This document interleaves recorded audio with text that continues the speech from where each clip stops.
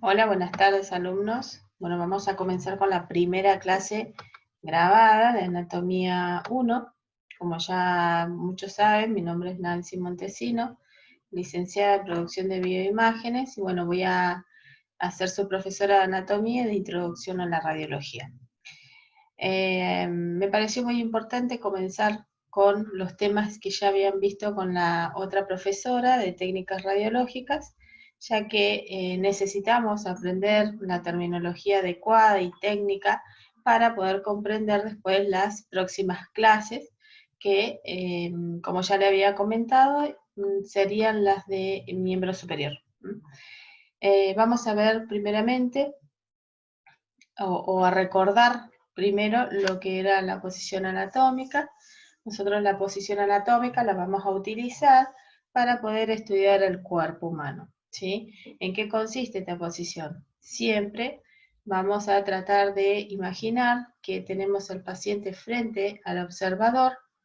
Esta persona tiene que estar parada o en bipedestación, con los brazos extendidos hacia los costados de la columna, los pies hacia adelante. En algunos casos podemos decir que las piernas van un poco abiertas y la frente y la cara mirando hacia el frente. Bien, en base a esta posición nosotros vamos a poder hacer referencia a alguna región anatómica o referir algún dolor, o si queremos posicionar al paciente para realizar alguna técnica radiológica.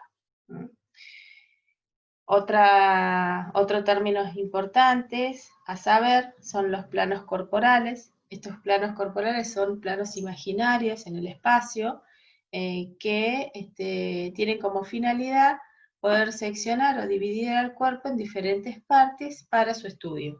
Estos planos van a ser el plano coronal o frontal, el plano sagital, planos transversales, horizontales o axiales. Estos últimos son sinónimos. Vamos a comenzar primeramente con el plano sagital.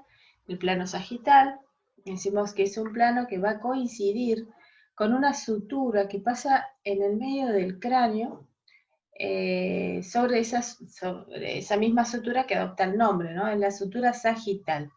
En esta sutura sagital, el plano va a pasar y lo que tiene, como dijimos anteriormente, la finalidad de dividir al cuerpo en derecha e izquierda.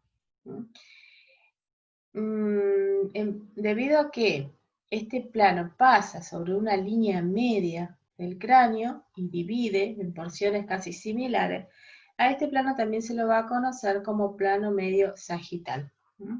Después, todos los planos que pasen paralelos a este, lo vamos a denominar planos parasagitales.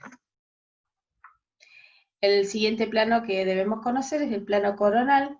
Este plano coronal también va a coincidir sobre una sutura que se denomina sutura coronaria a nivel craneal y tiene como finalidad que al traspasar el cuerpo humano lo va a dividir en dos porciones, en una región anterior y una posterior. Por último, es el plano transversal. El plano transversal tiene otras nominaciones, como por ejemplo, plano horizontal y plano axial, ¿sí? Generalmente siempre lo van a nombrar como plano axial, pero en los parciales a veces yo hago mucho hincapié en que tiene que saber los tres sinónimos para que se pueda comprender y no anden perdidos, porque significa lo mismo. Tenemos que manejar todos los términos. Bien, este plano que divide al cuerpo en superior e inferior, no importa dónde pase, el plano puede pasar a nivel de la cabeza, a nivel del pecho, en la cintura como se ve en la foto, o a nivel de los pies. En cualquiera de los casos va a dividir al cuerpo en una porción superior o inferior. Bien, vamos a seguir con lo que son los ejes del cuerpo. Los ejes del cuerpo también son ejes del espacio que tienen como finalidad poder describir la dirección de algo. Por ejemplo, en las patologías de fracturas. De acuerdo al eje del cuerpo o del hueso, podemos clasificar las fracturas. Estos tres ejes que tenemos que conocer va a ser el eje vertical o céfalo-caudal, que es la foto que está en el medio, en donde el eje va a atravesar a la persona o el cuerpo humano desde arriba abajo, ¿sí? Y la nominación es cefálico, debido a que está relacionado con la cabeza, y el caudal con la cola o los pies. La terminación sí significaría, no la cola. Después tenemos el eje transversal, que como lo pueden observar es el dibujito que está en la izquierda. Este dibujito, ese eje atraviesa el cuerpo humano de derecha, o sea, de un lado a otro lado, por lo cual se va a denominar eje lateral también, o eje transversal.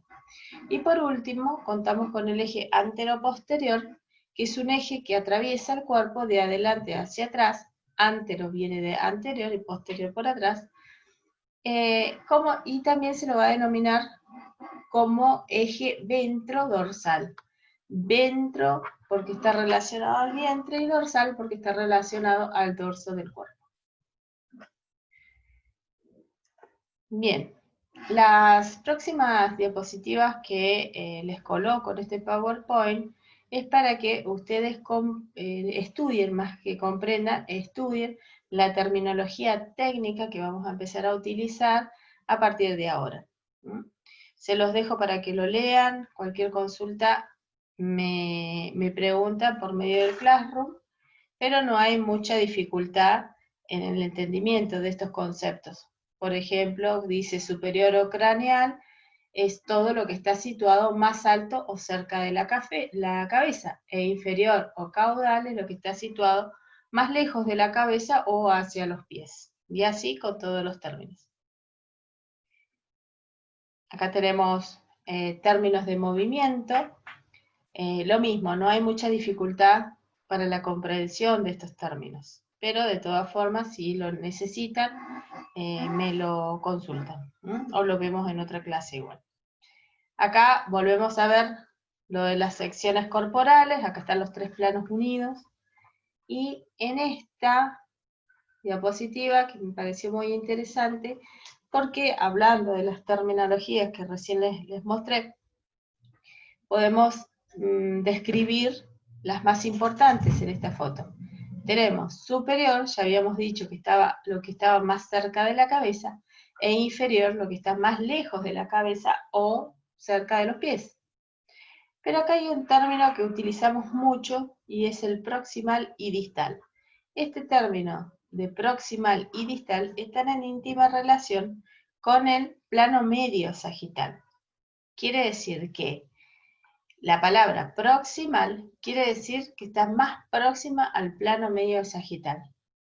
En este caso, el brazo está más, o el hombro, está más próximo al plano medio sagital, ¿sí?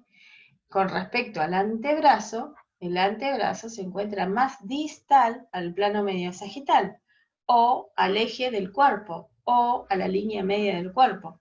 Distal se refiere o significa que está más lejos de. Lo mismo en la pierna. ¿Ven? La parte del muslo o el muslo es más próximo a su origen, más próximo a la línea media o al plano sagital, y la pierna, que está formada por la tibia y peroné, se encuentra más distal a su origen, y su origen comienza siempre a partir del plano medio sagital. Bueno, esto vuelve a decir lo mismo, se los dejo igual y se los comparto porque si no les gusta algún término de otra diapositiva, lo buscan en la siguiente, dice lo mismo, quizás se modifican las palabras, pero dice exactamente lo mismo, y yo los tomo de cualquier manera de que ustedes lo describan, está bien igual.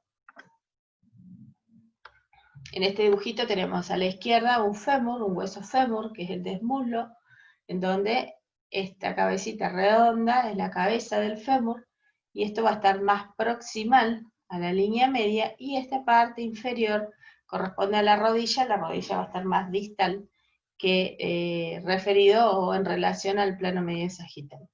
Acá en la foto de la derecha también observamos la pierna, constituida, como le decía anteriormente, por el hueso tibia y peroné.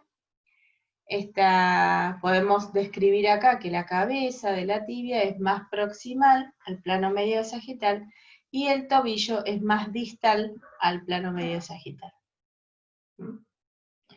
Bueno, esto dice lo mismo. Los planos que ya los comentamos, está bien.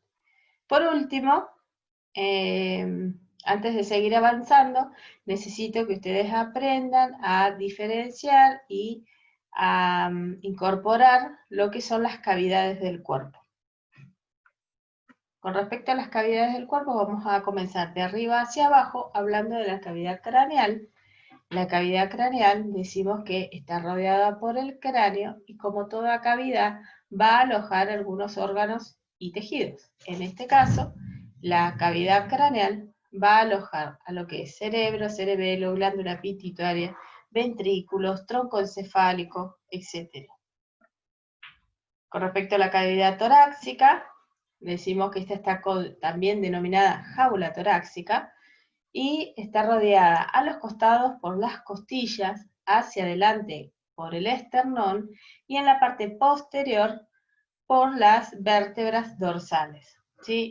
Esta cavidad torácica tiene como función alojar y proteger a órganos como los pulmones, el corazón, los grandes vasos, tráqueas, tubos bronquiales, etc. En la siguiente diapositiva lo que podemos observar es la misma cavidad torácica, pero este dibujo en color celeste, se puede observar que el corte es un corte axial, o sea, un corte transversal o un corte horizontal. Si recordamos, decíamos que este corte o este plano dividía el cuerpo en superior e inferior.